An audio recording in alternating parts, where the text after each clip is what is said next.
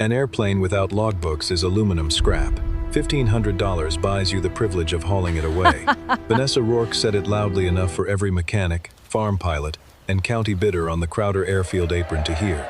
Behind her, in the white glare of a Missouri August morning, sat a battered yellow and blue crop duster with a torn pilot's seat, one bent spray boom, and weeds brushing its wheels.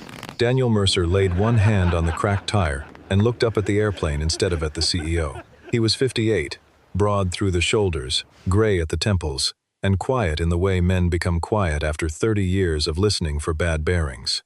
His 14-year-old son, Caleb, stood beside him holding the auction folder. Vanessa tapped the red parts only tag wired to the propeller. No maintenance history. No proof of legal airworthiness. That paper is what separates an aircraft from a lawn ornament. Daniel understood the plain version of airworthiness. It was the legal proof separating a usable aircraft from scrap. The paper did not make a plane safe. It told the next mechanic what had been repaired, what still needed inspection, and whether it could legally work again. He paid the $1,500 anyway. The crowd laughed when Caleb helped him remove the ruined seat so they could get a lifting strap around the steel frame beneath it. Daniel stopped after cutting 2 brittle hog rings. The rear seam was not machine sewn. It had been closed by hand with waxed linen cord, the kind old parachute riggers used. "Hold the cushion level," he told Caleb. Daniel eased a blunt seam tool under the cord. The vinyl opened. A packet wrapped in oilcloth slid from the horsehair padding and struck the aluminum floor. Loose pages fanned around Vanessa's polished shoes. On the first page was the aircraft serial number. On the last was a sentence written in blue block letters. 3 souls out. River still rising. I would do it again. Daniel picked up the pages with clean hands. Then, with the ignition switches visibly off, he pulled the propeller through by hand. The old 9-cylinder radial answered with 8 firm pulses and 1 softer breath. It was not seized. It had been waiting. Vanessa's smile disappeared. 5,000, she said. Right now, you walk away and tell everyone those papers came from a box in your garage. Daniel folded the oilcloth over the logbooks. No. Then you have 48 hours to remove that hazard from my property. After that, I charge storage by the hour. Caleb looked from the airplane to the woman who owned nearly every hangar at Crowder Field. Dad, our shop is her property too. I know, Daniel said. Vanessa leaned closer. And your lease review is Friday. Daniel placed the packet in Caleb's hands. Photograph every page before we touch anything else. Keep the originals in the oilcloth. Then he knelt beside the crop duster again, because a threat could change the price of doing honest work. But it could not change the work. The airplane was a 1,962 Grumman G-164A Ag Cat, built for low, hard, agricultural flying. Its upper and lower wings made it look older than it was, and the round Pratt & Whitney engine gave it the blunt face of a machine designed to work before breakfast. Sun had faded the fuselage to the color of old mustard. The blue wings were chalky. Mud dauber nests filled the cooling fins. Daniel had spent 22 years repairing farm equipment, and 12 more as a federally certificated aircraft and engine mechanic. Crowder Field was where those trades met. He fixed spray pumps, welded cracked seed hoppers, rebuilt tail wheels, and refused to sign his name to anything he would not put his son near. That refusal had never made him rich. Mercer Mechanical occupied Hangar 12, a corrugated building with a roof that leaked over the parts washer. 2 fertilizer aircraft were booked for annual inspections. A local farmer's combine gearbox covered the next month's rent. Caleb's first year at a technical academy began in September, and the tuition envelope sat unopened beneath the cash drawer because Daniel already knew the number inside. $1,500 for the Ag Cat had not been spare money. It had been the last of the fund he kept for a better used lathe. Caleb finished photographing the pages on a sheet of white plywood. The name is Thomas Bell, he said. He wrote every flight down. Not every flight, Daniel replied. The maintenance entries tell us what was done to the airplane. This smaller book tells us where he took it. We keep those 2 things separate until we know what they mean. The official aircraft log contained years of ordinary entries, oil changes, fabric repairs, magneto inspections, cylinder work, spray system corrosion checks. Each page carried dates, hours, and signatures. The handwriting changed over time, but the serial number stayed the same. The smaller pilot journal ended in May of 1978. The last flight had no destination code. It listed 1 hour and 12 minutes at night, 3 landings, and no agricultural load. Beside it, Thomas Bell had drawn 3 short vertical marks. Daniel did not call a reporter. He did not post the page online. He made 2 full image sets, sealed the originals in an acid-free sleeve borrowed from the county library, and wrote down exactly where they had been found and who had witnessed it. "Why not show everybody?" Caleb asked. "She'd have to leave us alone." "A story becomes gossip when people rush it," Daniel said. "First we find out what the airplane can honestly prove." He began with the machine. The AgCat's propeller had been tagged unserviceable years earlier. Its wooden tips were dry, and one blade showed a dark moisture line, so Daniel would not use it for an engine run. The fuel tank smelled of varnish. The brake hoses were cracked. Birds had pulled insulation from the upper wing roots. The aircraft was not ready to taxi, much less fly. But neglect was not the same thing as destruction. Daniel removed the lower spark plugs and turned the engine with a bar made for the propeller hub. A tablespoon of thick preservative oil drained from the soft cylinder. The compression returned. He opened the oil screen over a clean pan. Black sludge came out, but no bright flakes of bearing metal glittered under his light. Vanessa had told the bidders the engine had eaten itself. The screen disagreed. Caleb held the flashlight while Daniel cleaned the stamped number on the crankcase. It matched an entry from 1974. The original engine had been replaced with a factory-overhauled R985. That did not make the engine usable. It made it traceable. "So the papers make it valuable?" Caleb asked. "They make the questions answerable," Daniel said. "Value comes after the answers." Across the apron, Vanessa watched from the glass wall of the administration building. At noon, her operations manager, Bryce Talley, arrived in a golf cart with a laminated notice. 46 hours, Bryce said. "Miss Rourke also says you may not start that engine anywhere on field property." Daniel read the notice once. "I wasn't planning to. The propeller is unsafe, the fuel system is contaminated, and I haven't inspected the mounts."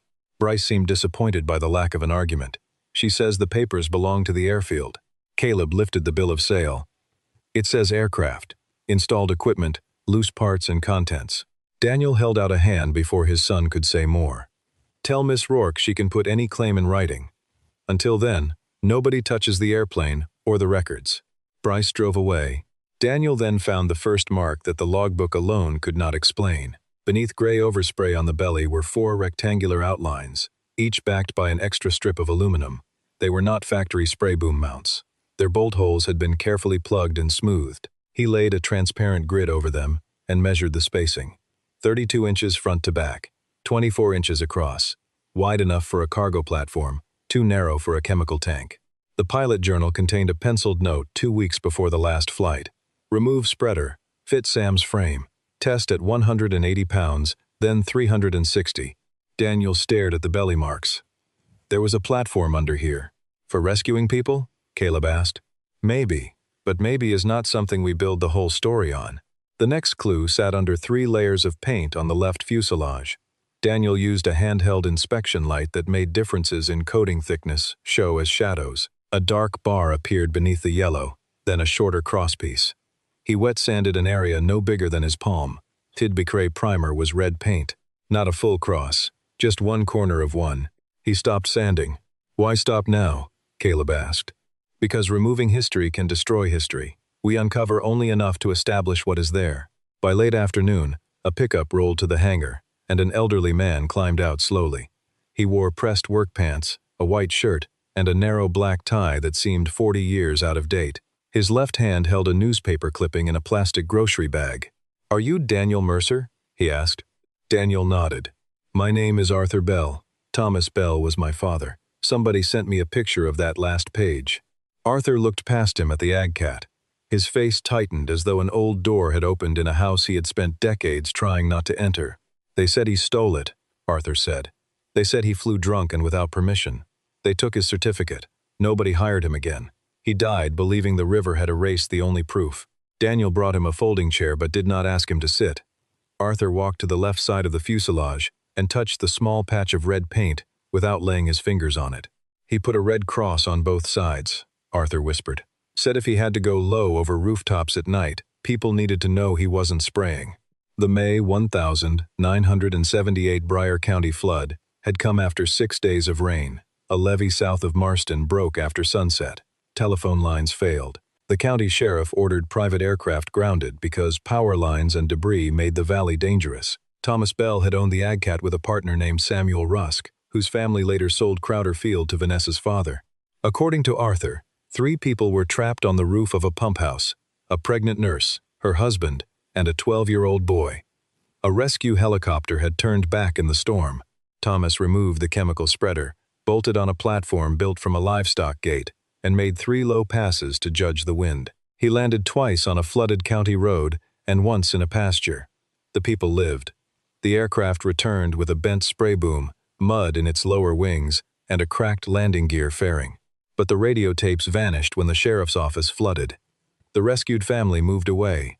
Samuel Rusk told investigators Thomas had taken the airplane without permission. Thomas received an emergency suspension for an unauthorized night operation in dangerous conditions. He could not afford the fight that followed. Arthur placed the clipping on Daniel's workbench. It reported the rescue without naming the pilot. The final paragraph credited an unidentified agricultural aircraft. Dad said Sam made him choose, Arthur continued.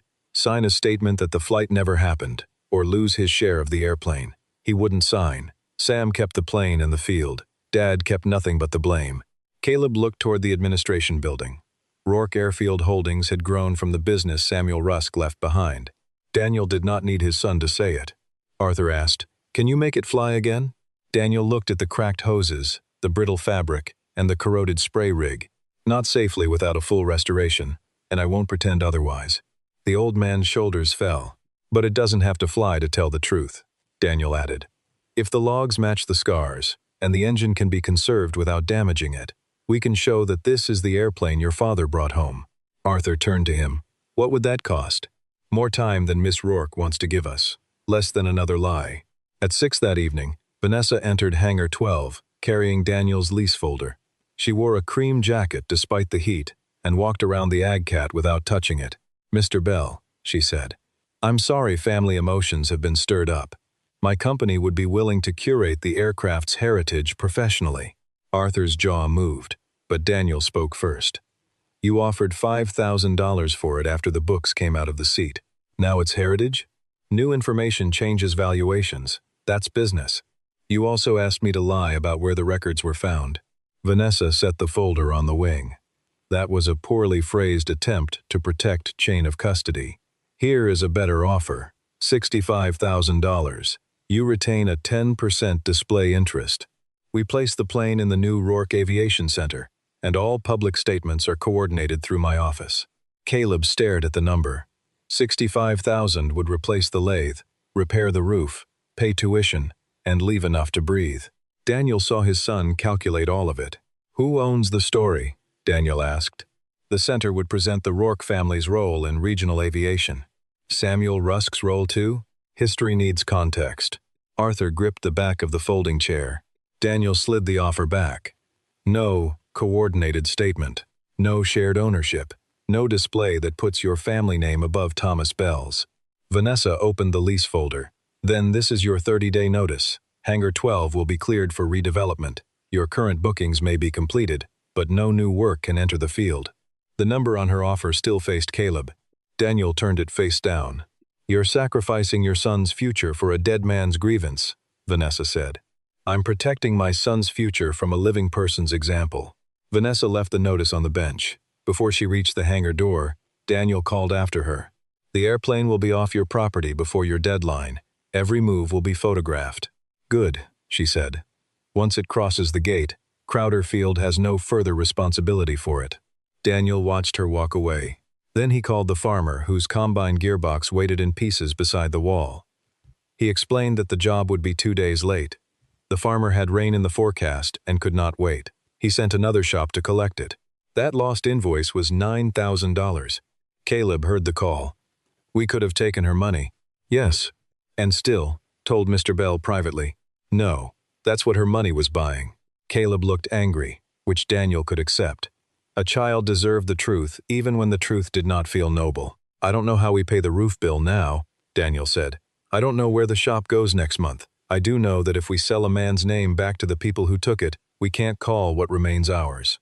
Caleb was silent for a long moment. Then he picked up the camera. "Which side do you want photographed first?" They worked through the night without rushing. Daniel disconnected the battery, drained the contaminated fuel into approved cans, capped every open line, and secured the control surfaces. He made a wooden cradle that carried the fuselage at the factory lift points instead of the corroded spray brackets. Caleb placed numbered paper tags beside every scar and fitting before photographing them. At 2 in the morning, Daniel found a shallow dent beneath the tail. The shape matched the rounded rail of the temporary platform described in the journal. Inside the fuselage, 2 original steel straps had been doubled with hand-cut reinforcements. Their edges were smooth, their rivets old, and their spacing matched the belly outlines within 1/8 of an inch. The improvised rescue frame had been real. The final physical clue was hidden in the landing gear. The right shock strut carried a black paint mark at a height normally covered by the fairing. Daniel cleaned it with solvent and found 3 words scratched with an awl. River Road 3. Thomas had marked the 3rd landing before memory could blur it. Daniel photographed the mark, then covered it with a clear protective sleeve. Caleb began to smile.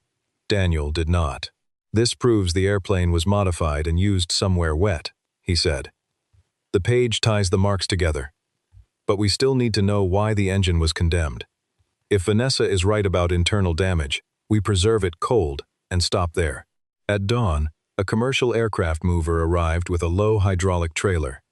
Vanessa had ordered the gate staff not to assist, so Daniel and the driver did the work themselves.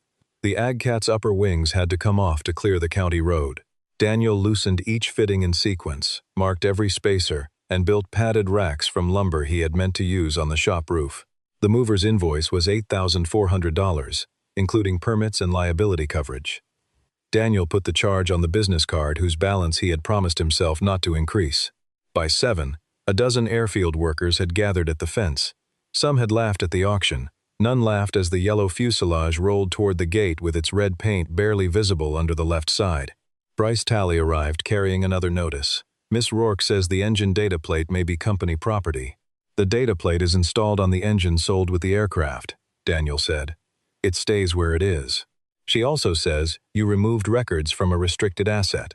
Daniel pointed to 3 phones recording from different angles. "The auction was public. The seat was part of the asset. Your CEO was standing there." Bryce lowered his voice. "You don't understand what she's trying to protect. Her board votes next week on a corporate hangar project. They need the old Rusk story clean. Investors don't like scandal. Then the cleanest thing she can do is tell the truth. Truth doesn't carry debt, Mercer. She does." Daniel understood Vanessa's urgency. A family scandal could cost her board votes and control. It explained her pressure. It did not excuse it. "Move the gate chain," Daniel said. Bryce hesitated, then did. The airplane went to the Bryer County Fairgrounds, where a retired equipment dealer named Mac Hensley owned a pole barn with a concrete floor. Mac had no aircraft license, and said so immediately. Daniel told him that was fine. Mac would supply space, a forklift, and coffee. All aircraft work would remain Daniel's responsibility. Arthur Bell came with a small metal box. Inside were 3 black and white photographs, a bent brass buckle, and a letter his father had never mailed. One photograph showed the Agcat before the flood, clean and working. Another showed Thomas Bell beside an ugly platform beneath its belly. The 3rd had been taken after the rescue. Mud climbed halfway up the tires. A strip of cloth bearing a red cross hung loose from the fuselage. 3 exhausted passengers stood behind the wing. Their faces were clear. Caleb compared the platform in the picture to Daniel's measurements. The dimensions matched. The bent brass buckle fit the width of a strap, still trapped behind one belly reinforcement. Arthur handed Daniel the letter. "Dad wrote this to the certificate board. He never sent it because the lawyer wanted money we didn't have." Daniel read only enough to identify the 3 passengers, Elaine and Robert Vale, and Robert's younger brother Michael. He returned the letter. "This matters," he said, "but we don't need to spend the next week chasing people. The airplane already carries more honest evidence than any speech I could give." He set a 6-day plan on the workbench. First, inspect the engine mounts and fireproof wall. Second, remove the unsafe propeller. Third, clean the fuel and oil systems. Fourth, inspect the cylinders with a slim camera. Fifth, mount the engine on Mac's documented ground run stand. Sixth, run it only if each earlier step passed. Success had a simple definition: The engine would start on the stand, make stable oil pressure above 50 pounds per square inch, show no abnormal metal in the oil, hold an even temperature pattern across all 9 cylinders, and complete a 90-second run at 1,700 revolutions per minute with a safe magneto check. Failure was just as clear. Low pressure, rising metal, hot cylinder, oil leak, or abnormal vibration meant immediate shutdown. "And if it passes?" Caleb asked. "Then we know the airplane came home with a living engine and was later stored, not destroyed by the rescue flight. We still do not call it airworthy. We do not put it in the sky." Max scratched his chin. "People won't understand the difference." "Then, we explain it in one sentence," Daniel said. "A running engine proves the heart survived. It does not prove the whole body is ready to fly." They removed the cowling in sections. Mud dauber nests crumbled from between the cylinder fins. One rocker cover had a bright replacement screw amid 8 dark originals. Daniel pulled it and found a valve stem coated in dried preservative oil. The valve moved stiffly, but was not bent. On cylinder 6, the slim camera showed light surface rust inside. Cylinder 3, the one that had felt soft at the auction, showed a clean valve face with no deep scratches. A small plug of old oil had held the exhaust valve slightly open. The popular theory of a ruined engine grew weaker. Then Daniel found a problem that was real. The lower left engine mount had a hairline crack beside an old weld. It would not support a ground run. The logbook showed a repair in 1977, signed by Samuel Rusk's mechanic, but the weld bead did not match the approved drawing attached to the entry. It had been ground, smooth, and painted. Caleb watched Daniel apply crack-finding dye. A red line appeared under the white powder. "Can you weld it?" he asked. "Not on the airplane and not by guessing. We either replace the mount with a serviceable one or the test stops. A proper replacement would take weeks. A temporary repair would turn the whole demonstration into the kind of reckless shortcut Vanessa wanted him to make."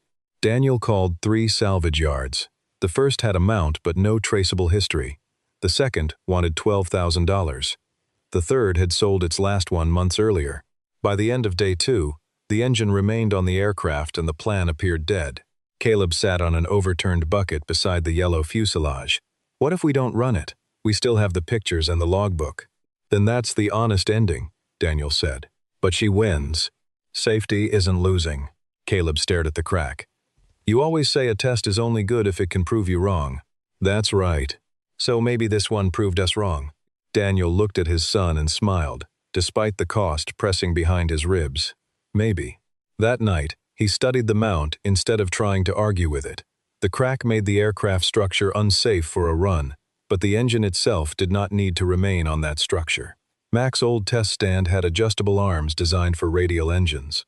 Its logbook showed it had been load tested 2 years earlier, and its steel was clean. The obstacle had not ended the test. It had moved it. Removing a 9-cylinder radial safely required a proper lifting ring, a balanced hoist, capped oil lines, and patience. Daniel had all but the lifting ring. He machined one from certified stock on his worn lathe, measuring the thread twice and die-checking the finished part. The old machine chattered at the final cut. A better lathe would have made the job faster. The one Vanessa's money could have bought would have made it easy. At midnight, the thread gauge seated perfectly. Caleb labeled 9 ignition leads and asked why they could not use the aircraft's own fuel tank for the stand. "Because we know it's contaminated," Daniel said. "We isolate variables. Clean temporary tank, known filter, known hose. If the engine stumbles, we don't want 5 possible causes." They lifted the R985 clear on day 3. Without the engine, the AgCat looked wounded, but the cracked mount was no longer carrying risk. Daniel bolted the radial to the test stand using approved adapters and new locking hardware. He installed a serviceable test club, a short propeller designed to load the engine on the ground without pretending it was ready for flight. Arthur Bell visited each afternoon. He did not tell long stories. He cleaned tools, folded rags, and once stood alone beside the empty nose for nearly 10 minutes. On the 4th day, a black sport utility vehicle stopped outside the fairground barn. Vanessa entered with a local television reporter and a man carrying a leather portfolio. "Mr. Mercer," she said warmly, as if the lease notice had never existed. "I've come to announce a joint preservation initiative." The reporter raised his camera. Daniel shut the fuel valve on the test stand and placed a red cover over the starter switch. "There is no joint initiative. Vanessa faced the camera. Rourke Airfield Holdings owned and protected this aircraft for nearly 5 decades. When previously unknown records surfaced, we immediately began working with the Bell family and Mr. Mercer to preserve a shared regional asset. Arthur stepped out from behind the wing. "You have not worked with me." Vanessa's smile held. "Mr. Bell, my office has tried to reach you. Your office offered to pay for my silence in 1981. I kept the letter." The reporter lowered the camera just enough to look at her. The man with the portfolio handed Daniel a cease and desist notice claiming the aircraft's historic identity belonged to the Rourke Aviation brand. Daniel set it on the workbench without reading past the first page. "Does this stop you?" the reporter asked. "It doesn't change the engine," Daniel said. "That is what I'm working on." Vanessa pointed at the stand. "He is about to destroy a historic engine through an unapproved stunt. My company expressly forbids it." "Your company sold the engine to me," Daniel replied. "The run will be conducted by certificated personnel on a documented stand, behind a marked safety line, with county fire protection present. If any measurement leaves the safe range, I shut it down. And if it fails, then the public sees it fail, and I preserve it without another attempt." That answer bothered Vanessa more than defiance would have. Daniel was not promising a miracle. He had left room for the machine to tell him, no. She changed direction. "Our aviation center can fund a complete restoration. Mr. Mercer cannot. He lost his hangar this week. He has customers pulling work. Ask him whether he can even insure this project." The reporter did. Daniel wiped his hands. "She's right about the pressure. I lost a $9,000 job moving the airplane. The move cost $8,400. My shop lease ends in 27 days. None of that makes her proposed version of Thomas Bell's story true." Caleb stood at the edge of the frame. Daniel saw embarrassment on his face, but the boy did not step away. Vanessa looked toward him. "Your father could end all of that with one signature." Daniel's voice hardened. "Do not use my son as leverage." For 1 second, the practiced expression left her face. Then she turned back to the camera. "Rourke Airfield will seek an injunction before Saturday's demonstration." She left with the portfolio man. The reporter stayed. His name was Leon Price. He had covered county government for 21 years and knew better than to build a story from one dramatic page. Daniel showed him the auction video, the serial number, the belly reinforcements, the paint sample, the gear marking, and the ground run plan. Arthur showed the 3 photographs and the old letter. Leon asked whether the last log entry proved the rescue. "By itself, no," Daniel said. "A page can lie, a memory can bend. But the page, the old photographs, the matching damage, the buried paint, the mount points, and the witnesses all point the same way. My part is to preserve the machine and let each piece be checked." "What about the FAA? They decide what they decide. I don't work there. Will the airplane fly Saturday?" "Absolutely not." Leon smiled. "That may be the first honest answer I've heard in 4 days." The report aired that evening. It did not call Thomas Bell a hero. It asked why the rescue aircraft's records had been sewn into a seat and why Rourke Airfield wanted control of them after selling the airplane for $1,500. By morning, people began calling. One was Elaine Vale, now 74 and living in Kentucky. She had been the pregnant nurse on the pump house roof. Her daughter recorded the call with permission. Elaine described the Red Cross, the platform, and Thomas Bell leaning across the cockpit to say, "One at a time. Look at me, not the water." Another was Michael Vale, the 12-year-old boy from the photograph. He remembered the right landing gear fairing tearing loose on River Road. Daniel listened, thanked them, and returned to the engine. Their voices added humanity, but they did not replace the work. The R985 had 127 hours since its recorded overhaul, but 48 years of storage had aged every seal and hose. Daniel did not tear it down merely to create impressive pictures. He removed the rocker covers, lubricated the valve gear by hand, replaced the brittle external oil lines, cleaned the carburetor bowl, and pressure tested the oil system without firing the engine. At 15 pounds, oil appeared at 8 rocker arms. Number 3 stayed dry. Daniel stopped the test. A clogged gallery could destroy the very cylinder that had first felt soft.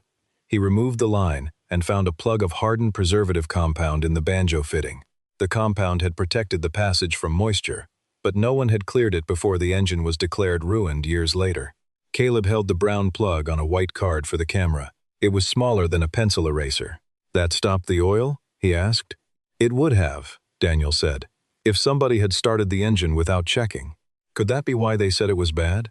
Or somebody saw no oil at the rocker and guessed, we don't accuse when a bad inspection explains the same fact.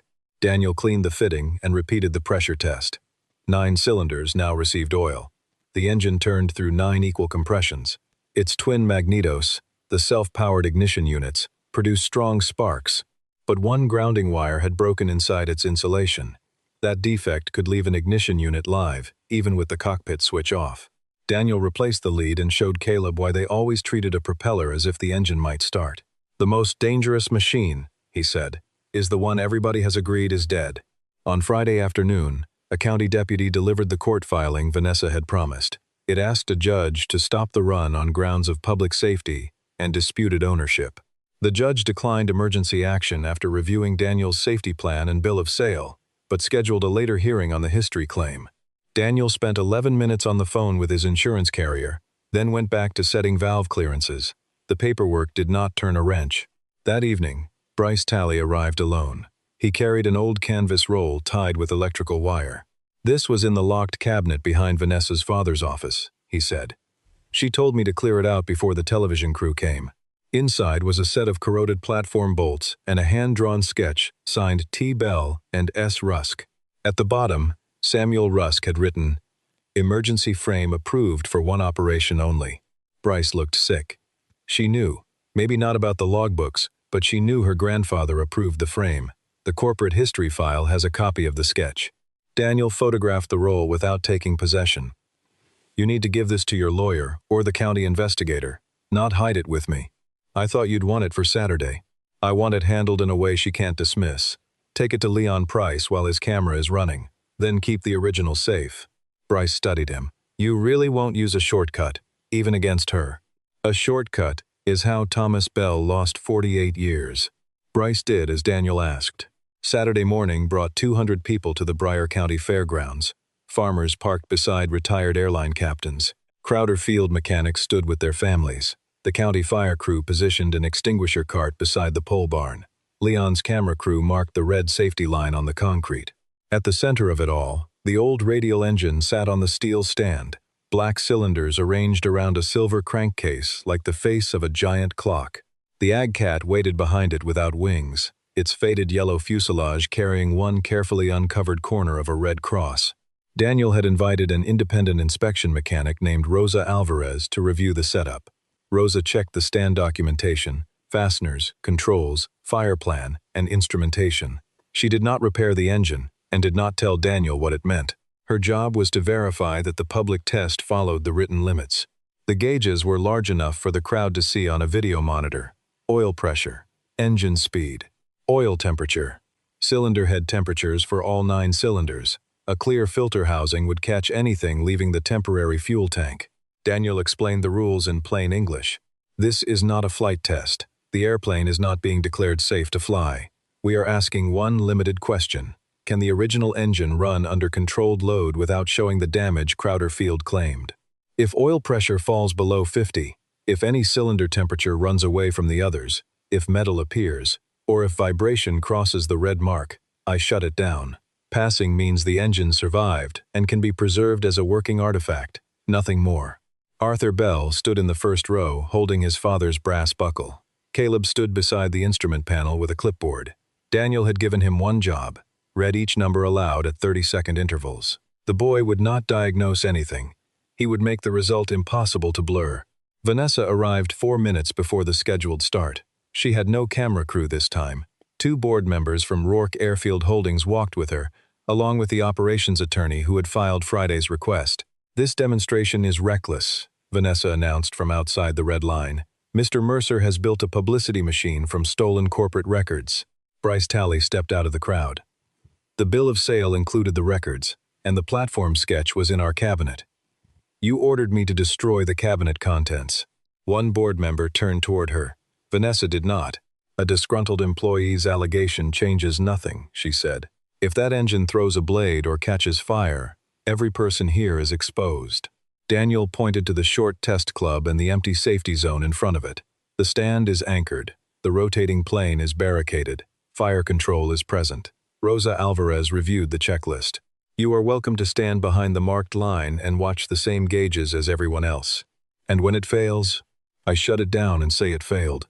Vanessa had built her power by forcing people to choose between her version and disaster. Daniel's answer offered neither. It offered a measurement. He walked the perimeter himself. Fuel valve open. Fire bottle armed. Ignition off. Propeller area clear. Oil preheat disconnected. Stand locks engaged. Emergency cutoff within reach. He pulled the engine through 9 blades, listening for liquid where air should be. Nothing bound. Nothing knocked. He primed the engine with measured strokes, not guesses. Caleb read the oil temperature. Rosa called the area secure. Daniel raised his left hand. Clear. The crowd repeated it down the line. Daniel engaged the starter. The radial turned once, twice, and coughed on the 3rd rotation. A gray puff crossed the concrete. On the 4th, 3 cylinders fired. On the 5th, all 9 caught in a rolling thunder that pressed against the pole barn roof. Daniel immediately held it at 600 revolutions per minute. His eyes stayed on the oil gauge. 20 pounds. 38. 46. For one long second, it hung below the minimum. Vanessa took half a step toward the board members. Then the needle passed 50 and settled at 62. Oil pressure, 62, Caleb called. His voice cracked, then steadied. Engine speed, 610. The exhaust cleared from gray to nearly invisible. Daniel touched no unnecessary control. He watched the 9 temperature lines rise together on the monitor. Cylinder 3 lagged by 12 degrees, then joined the pattern as oil warmed through the cleaned passage. At 1 minute, a sharp metallic tick came from the right side. Daniel cut the ignition. The engine rolled to a stop. A murmur moved through the crowd. Vanessa folded her arms. Caleb looked at his father. Did it fail? The test paused, Daniel said. We don't name a sound before we find it. He waited until the rotating parts were fully still, grounded both magnetos, and entered the safety zone. Nothing had loosened on the stand. No oil leaked. The test club was sound. He moved along the exhaust ring and tapped each heat shield with a rubber handle. The shield at cylinder 7 answered with the same bright tick. One clamp had settled after heating and left a 16th-inch gap. It was not inside the engine, but it could not be ignored. Daniel replaced the clamp, torqued it, and marked the fastener with orange paint. Rosa inspected it and stepped back. Vanessa called, "You promised one test." It made metal noise. Daniel held up the loose clamp where the crowd could see it. The noise was a heat shield touching the exhaust ring. The shutdown limit worked exactly as intended. We found the cause before restarting. Or you're making excuses. Daniel set the clamp on the white evidence tray. Then watch the vibration gauge. If the sound returns, we stop. The second start came cleanly on the 3rd blade. Oil pressure rose to 64. Daniel warmed the engine at 800 revolutions per minute, then advanced to 1200. Every temperature stayed inside a narrow band. The stand's vibration needle hovered in green. At 5 minutes, he called for the magneto check. He raised the engine to 1700 revolutions per minute. The old radial deepened from a rough bark to a steady, layered roar. Daniel selected the left magneto. The engine speed dropped 58. He returned to both, allowed it to recover, then selected the right. It dropped 61. The two sides differed by only 3 revolutions per minute. Oil pressure, 65. Caleb called over the speakers. Highest cylinder, 318 degrees. Lowest, 307. Vibration green. Time begins now. 90 seconds. That was the promise Daniel had made. Long enough for heat and load to expose a weak oil system. Short enough not to abuse an engine still awaiting full internal inspection. At 30 seconds, Vanessa spoke to her attorney. He did not answer. At 45, Arthur Bell covered his mouth with one hand. The sound that had been used to condemn his father now rolled across the same county under clear daylight. At 60, one board member moved away from Vanessa and stood beside Bryce. At 75, Caleb looked at Daniel instead of the gauges. Daniel pointed back to the panel. The work came first. 90, Caleb called. All readings inside limits. Daniel reduced the engine to idle, held it until temperatures began an even decline, and cut the fuel. The radial consumed what remained in the carburetor, slowed through 9 individual beats, and stopped with a soft mechanical sigh. No cheer came at first. People seemed to need a moment to understand that the important thing was not noise, it was control. The engine had been allowed to speak under the exact conditions announced, and every number was still visible. Then Arthur Bell began clapping. The fire crew joined him. Mechanics raised oil-stained hands. The applause grew until it filled the barn more completely than the engine had. Daniel removed the oil screen while the engine was warm. He spread its contents on a white cloth, carbon dust, old dark residue, and no bright metal. He held the cloth beneath the camera. "The engine passed the limited preservation run," he said. "It is not certified for flight. The aircraft will not fly until a complete restoration is performed, if that ever happens. But this machine did not come home from the river destroyed. It came home working. Someone later hit its record and called it scrap." Leon Price turned his camera toward Vanessa. "Do you still claim shared ownership of the aircraft's heritage?" She looked at the board members, at Bryce, and at the old sketch now sealed in a clear sleeve. The easy answer had vanished. "Rourke Airfield Holdings will cooperate with an independent review," she said. Arthur stepped to the red line. "Say his name." Vanessa looked at him. "My father's name," Arthur said. "You wanted your family name on the building. Say the name of the man your company called a thief." The cameras waited. "Thomas Bell," Vanessa said. It was not an apology. It was the first public thing she had surrendered. The board chair announced before leaving that Vanessa would be removed from the company's heritage project while the records were reviewed. The proposed Rourke Aviation Center would not carry the family name, and the board would pause the demolition of Hangar 12. 3 days later, the company offered Daniel his old month-to-month lease back. He declined it. Instead, the county fair board leased him the pole barn and adjacent machine shed for 10 years, at a rate his current work could support. Local farmers helped seal the roof. Rosa Alvarez moved her inspection desk into one corner. Mac donated the engine stand on the condition that he retained coffee privileges. Daniel named the new place Mercer Working History Shop. The name was not painted large. It sat in 6-inch blue letters beside the door. The review took months. The old suspension order, flood files, platform sketch, witness testimony, and physical evidence were examined together. No single page carried the whole truth. In February, the Federal Aviation Administration corrected Thomas Bell's old enforcement record. It acknowledged that the emergency flight had the aircraft owner's written approval and that crucial evidence had been missing. The violation finding was withdrawn. No certificate could be returned to a dead man, but the corrected record named Thomas Bell as the pilot of the Bryan County Rescue. Arthur brought the letter to the shop, but asked Daniel to read it aloud. Caleb recorded only the final paragraph, with Arthur's permission. Vanessa came once, without an attorney or a camera. She stood beside the AgCat and offered to fund its full flight restoration with no naming rights.